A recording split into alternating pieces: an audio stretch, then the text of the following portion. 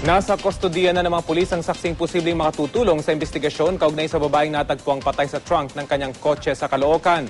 Aminado naman ng pulisya na hirap sila sa investigasyon dahil ayaw umunong makipagtulungan ng pamilya ng biktima. Balitang hatid ni Susan Enriquez.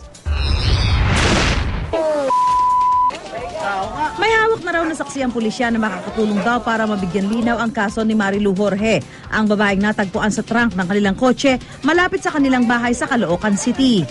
Meron naman kaming hawak na nakilala niya kung namumukha niya kung sino yung nagparada ng kotse. O yun ma'am, namukha niya, which is yun ang pinapollow up namin ngayon.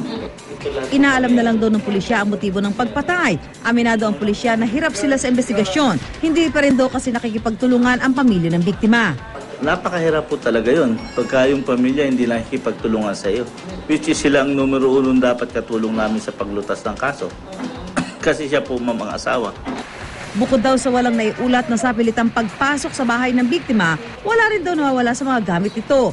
Pero natukoy raw ng pulis kung saan galing ang ginamit na pangtali sa kamay ng biktima. May mga hawak kami sa substantial evidence na yung babae ay doon talaga nangyari sa loob ng bahay. Dahil po? Yung alam ring itinali sa likod nga eh. Nakuha namin yung kaputol doon sa loob ng bahay.